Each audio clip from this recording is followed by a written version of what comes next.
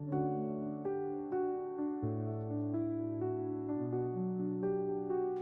now call upon Dr. John Samuel to make his presentation. Thank you. Friends and colleagues, inter community dialogue എന്നതാണ് ഇന്നത്തെ വിഷയം. Inter-community ഡയലോഗിൻ്റെ ആവശ്യകത എന്താണ്? കേരളത്തിൻ്റെയും ഇന്ത്യയുടെയും ലോകത്തിൻ്റെയും അവസ്ഥയിൽ ഇന്റർ-കമ്മ്യൂണിറ്റി ഡയലോഗ് എന്നത് പലപ്പോഴും കോൺഫ്ലിക്റ്റ് കഴിയുമ്പോൾ നടത്തുന്ന ഡയലോഗാണ്.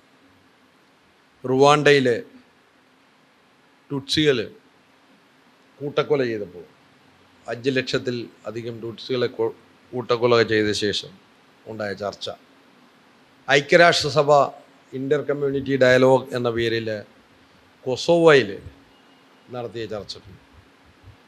അപ്പോൾ അങ്ങനെ ഇന്റർ കമ്മ്യൂണിറ്റി ഡയലോഗിനെ കുറിച്ച് ട്രൂത്ത് ആൻഡ് റീകൺസീലിയേഷൻ എന്ന് പറഞ്ഞിട്ട് സൗത്ത് ആഫ്രിക്കയിൽ നടത്തിയ ചർച്ച.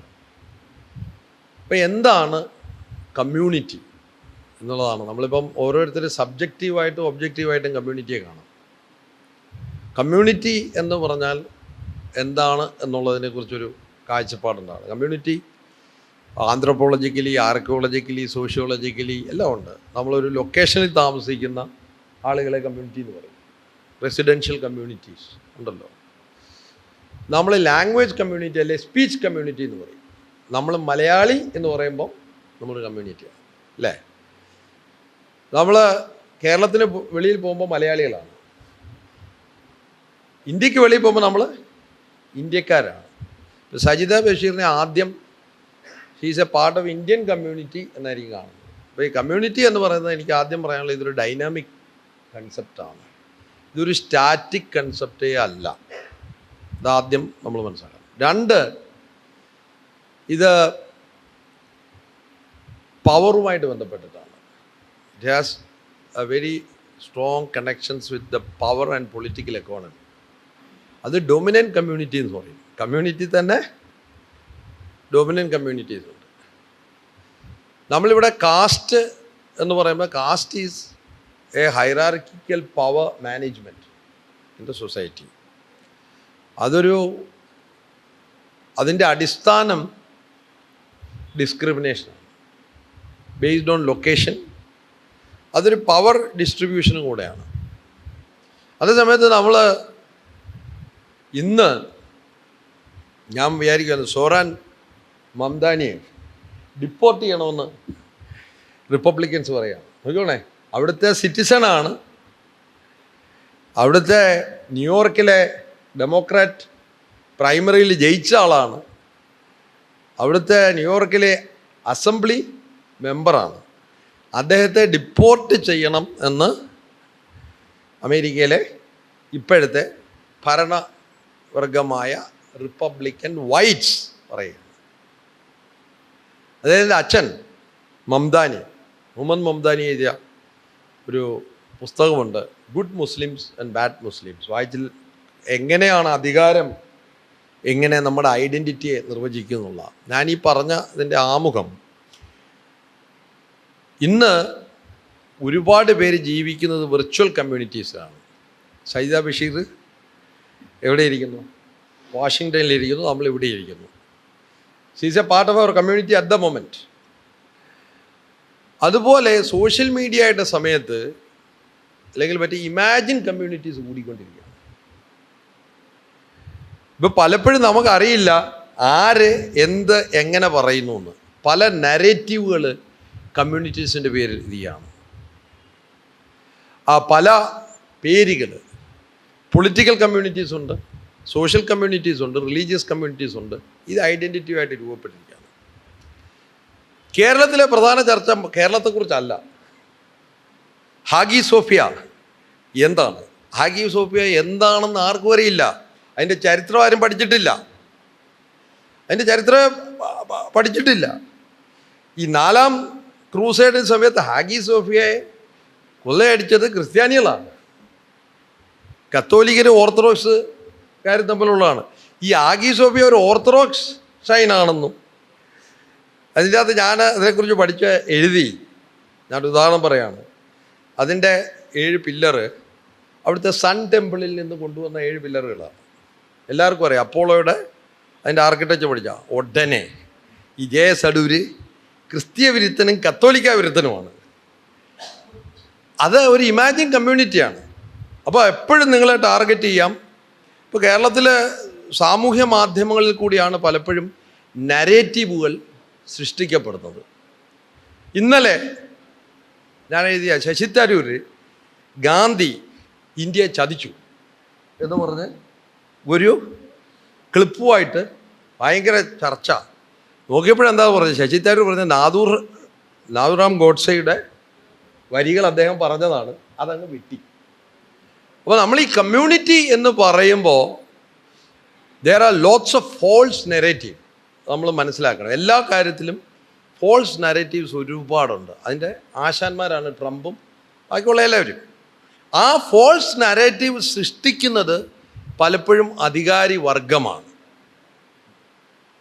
ആരാണ് ഗുഡ് ഹിന്ദു, ആരാണ് ബാഡ് ഹിന്ദു, ആരാണ് ഗുഡ് മുസ്ലിം, ആരാണ് ബാഡ് മുസ്ലിം. അപ്പോൾ ഇതിൻ്റെ അകത്ത് 2-3 പ്രശ്നമുണ്ട്. ഒന്ന്, you have majoritarian exclusive politics where you marginalize certain communities based on the powers that be. അതുകൊണ്ടാണ് സോറാൻ മംദാനിയെ ഡിപ്പോർട്ട് ചെയ്യണമെന്ന് പറയുന്നത്.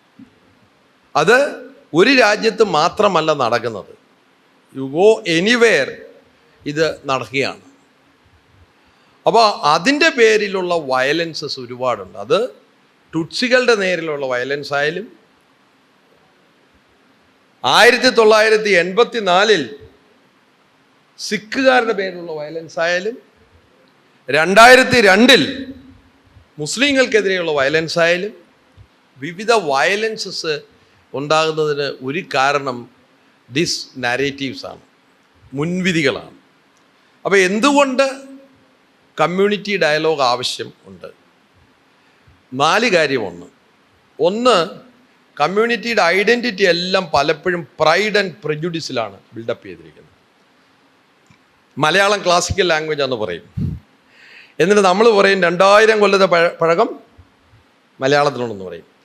അപ്പോൾ മലയാള ഭാഷ യഥാർത്ഥത്തിൽ പഠിച്ചവർക്കറിയാം അതില്ലെന്ന്. അതില്ല. നമ്മളിപ്പോൾ ഭാഷ ഡൈനാമിക്കായ ഒരു സാധനമാണ്. അതുപോലെ ഓരോ നരേറ്റീവും ഞാൻ പറയാം. ഈ കേരളത്തിലെ മലയാളി ക്രിസ്ത്യാനികളിൽ സുറിയാനി ക്രിസ്ത്യാനി എന്ന് പറഞ്ഞൊരു പദമുണ്ട്. യഥാർത്ഥത്തിൽ ഈ പദം 1780 അഡ്രിയാൻ മോൻസ് എന്ന് പറയുന്ന ഡച്ച് ഗവർണർ എഴുതിയ ഒരു ആർട്ടിക്കിളിലാണ് ഈ പദം ആദ്യമായി ഉപയോഗിച്ചത്. അതിനു മുമ്പ് ഈ പദം ഇല്ലായിരുന്നു. ചരിത്രം പഠിച്ചാൽ ഈ പദം ഉപയോഗിച്ചു. ഇപ്പോഴേ ഞാൻ നോക്കിയപ്പോഴേ എല്ലാത്തിലും 1930കളിലുണ്ടല്ലോ ഇന്ന സുറിയാനി ചർച്ച്. നിങ്ങൾ നോക്കണം, ഇന്ന സുറിയാനി ചർച്ച്. ഈ സുറിയാനി ഇതിൻ്റെ കൂടെ അങ്ങ് ചേർത്തു. ഈ സുറിയാനിയും കേരളമായിട്ട് എന്തെങ്കിലും ബന്ധമുണ്ടോ?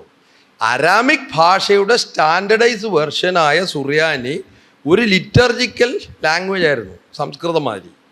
സാധാരണ മനുഷ്യർക്ക് അത് മനസ്സിലാകത്തുമില്ലായിരുന്നു. ഈ സാധനം ഇവിടുത്തെ ഐഡൻറ്റിറ്റി ആയപ്പോൾ എന്തായി? അത് കാസ്റ്റായി. മനസ്സിലായില്ലേ? അത് കാസ്റ്റായി. അപ്പോൾ ഈ കാസ്റ്റ് കൊനോട്ടേഷൻ എന്ന് പറയുന്നത് MN ശ്രീനിവാസൻ്റെ പ്രശസ്തമായ പുസ്തകമുണ്ട്, സാൻസ്ക്രിറ്റൈസേഷൻ എന്ന് പറയുന്ന പുസ്തകമുണ്ട്. എങ്ങനെയാണ് കാസ്റ്റ് ഐഡൻറ്റിറ്റി, ശൂദ്രർ എങ്ങനെ സവർണരാകുന്നു. കേരളത്തിൽ ഒരുപാട് ഉദാഹരണം ഉണ്ടായിട്ടുണ്ട്. അത് ലാൻഡുമായിട്ട് ബന്ധപ്പെട്ടിട്ടാണ്. ഇവിടെ പറഞ്ഞല്ലോ, ലാൻഡ് ഓണർഷിപ്പുമായിട്ട് ബന്ധപ്പെട്ടിട്ടാണ് പലപ്പോഴും ഈ കാസ്റ്റ് ഹൈറാർക്കി വരുന്നത്. അപ്പോൾ ഇത് മനസ്സിലാക്കാതെ നമ്മൾ കമ്മ്യൂണിറ്റി എന്താ പറഞ്ഞത്, കമ്മ്യൂണിറ്റി ഡയലോഗ് എന്ന് പറയുന്നത് if you don't deconstruct power, അധികാരം എങ്ങനെയാണ് ഒരു സമൂഹത്തിൽ, സത്യം പറഞ്ഞാൽ ശ്രീനാരായണ ഗുരു ചോദ്യം ചെയ്ത അധികാര വ്യവസ്ഥയാണ്. He challenge the power structure of the day by creating a counter discourse. അത് തന്നെയാണ് അയ്യങ്കാളിയും ചെയ്തത്, അത് തന്നെയാണ് അംബേദ്കറും ചെയ്തത്. അപ്പോൾ unless we challenge the powers, institutionalise power which is within us, അതിൻ്റെ ഏറ്റവും ഉദാഹരണം പെട്രിയാർക്കിയാണ്. നമ്മൾ ഇമാജിൻ കമ്മ്യൂണിറ്റീസ് എന്ന് പറയുന്നത് നമ്മുടെ സമൂഹത്തിൽ ഒരു വീട്ടിൽ ചെല്ലുമ്പോൾ നമുക്കറിയാം അവിടുത്തെ ആ കമ്മ്യൂണിറ്റി എങ്ങനെയാണെന്നുള്ളത്. ഈ പെട്രിയാർക്കിയെ പിന്നെ ഊട്ടി ഉറപ്പിച്ചിരിക്കുന്നത് നമ്മുടെ ഈ സമൂഹങ്ങളാണ്, ഈ പവർ സ്ട്രക്ചേഴ്സാണ്. ആ പവർ സ്ട്രക്ചർ കേരളത്തിൽ എല്ലാവരും മെട്രിയാർക്കൽ എന്ന് പറയും. കേരളത്തിൽ സത്യം പറഞ്ഞാൽ it's matrilineal and matrilineal based on a patriarchy.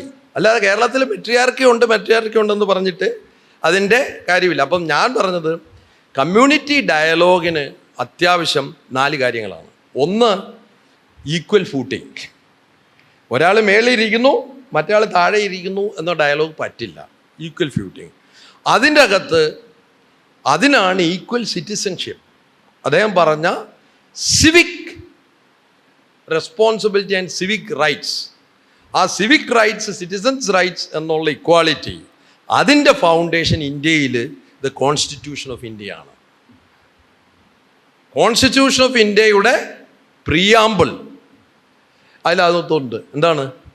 Equality, justice, fraternity. അതിൻ്റെ അകത്ത് വളരെ കൃത്യമായിട്ട് അതില്ലാതെ ഇന്ന് നമ്മൾ നേരിടുന്ന ഏറ്റവും വലിയ പ്രശ്നം, നമ്മുടെ ഈക്വൽ സിറ്റിസൺസിനെ അനളി ചെയ്യാൻ വേണ്ടി we are undermining the constitutional values and the fundamental rights guaranteed by the constitution of India. ആ ഒരു ഈക്വൽ സിറ്റിസൺഷിപ്പ് ഇല്ലാതെ, 2 ഇതിൻ്റെ എനിക്ക് ഇഷ്ടപ്പെട്ടത് cultures and communities. There is nothing like one culture. Cultures and communities എന്നുള്ള പ്ലൂറലിസവും ഡൈവേഴ്സിറ്റിയുടെയും റെക്കഗ്നീഷൻ ഇല്ലാതെ നമുക്ക് ഡയലോഗ് സാധ്യമല്ല. 3, ഈ സെമിനാർ ഹാളിലല്ല ഡയലോഗ് വേണ്ടത്, ഇൻ്റലക്ച്വൽസിൻ്റെ ഇടയ്ക്കല്ല, സാധാരണ കമ്മ്യൂണിറ്റിയിൽ. ഞാനൊരു ഗ്രാമത്തിലാണ് താമസിക്കുന്നത്, അവിടെ. 4, നമ്മുടെ വീടുകളെല്ലാം മതിലുകളാൽ ചുറ്റപ്പെട്ടിരിക്കുകയാണ്.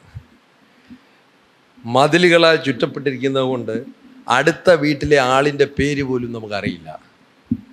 ഞങ്ങളൊക്കെ സാധാരണ മലയാളം മീഡിയം സ്കൂളിൽ പോയപ്പോൾ ആരുടെ ജാതിയും മതം ഒന്നും ചോദിച്ചില്ല കുട്ടികൾക്ക്. എല്ലാവരും കൂടി ഒരുമിച്ച് പാട്ട് പാടിപ്പോന്നു, തിരിച്ചു വരുന്നു. യൂണിഫോമും ഇല്ലായിരുന്നു. ഇപ്പം ഒരു വീട്ടിലെ കുട്ടി കേന്ദ്രീയ വിദ്യാലയത്തിൽ പോവും, ഒരു കുട്ടി സെൻറ്റ് തോമസ് സ്കൂളിൽ പോവും, വേറൊരു കുട്ടി വിവേകാനന്ദ സ്കൂളിൽ പോവും. ജാതിയും മതം അനുസരിച്ച് കാശൊന്നുമില്ലാത്ത കുട്ടികൾ ഇവിടെ പോവും, സർക്കാർ സ്കൂളിലും പോവും. അപ്പം നിങ്ങളുടെ തൊട്ടടുത്തുള്ള ആളുകളെ അറിയാൻ വയ്യാതെ വേലികൾ മാറി മതിലുകളാൽ ചുറ്റപ്പെട്ട്, പത്തനംതിട്ട ജില്ലയിൽ പ്രളയം വന്നപ്പോൾ നമ്മളത് മനസ്സിലായില്ലയോ? മതിലുകളാൽ ചുറ്റപ്പെട്ട് കിടക്കുന്ന നമുക്ക് കേരളത്തിൽ ഇന്ന് കമ്മ്യൂണിറ്റി എന്ന് പറയുന്ന സാധനം കൈമോശം വന്നിരിക്കുകയാണ്. നമ്മുടെ സ്വന്തം ഗ്രാമത്തിൽ അടുത്തുള്ള ആളുകളെ പോലും പരിചയമില്ല.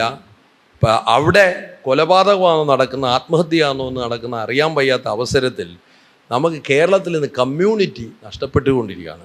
നമ്മുടെ കേരളത്തിൽ നിന്ന് കാസ്റ്റുണ്ട്, രാഷ്ട്രീയമുണ്ട്, രാഷ്ട്രീയ തിമിരമുണ്ട്, തമ്മിൽ അടിയുണ്ട്, ലഹരിയുണ്ട്. പക്ഷെ കമ്മ്യൂണിറ്റി എന്ന് പറയുന്ന സാധനം ഇന്നില്ല. We are speaking about it community in such a time when the very notion of community is disintegrated. Hence we need to challenge ourselves to change. Thank you very much.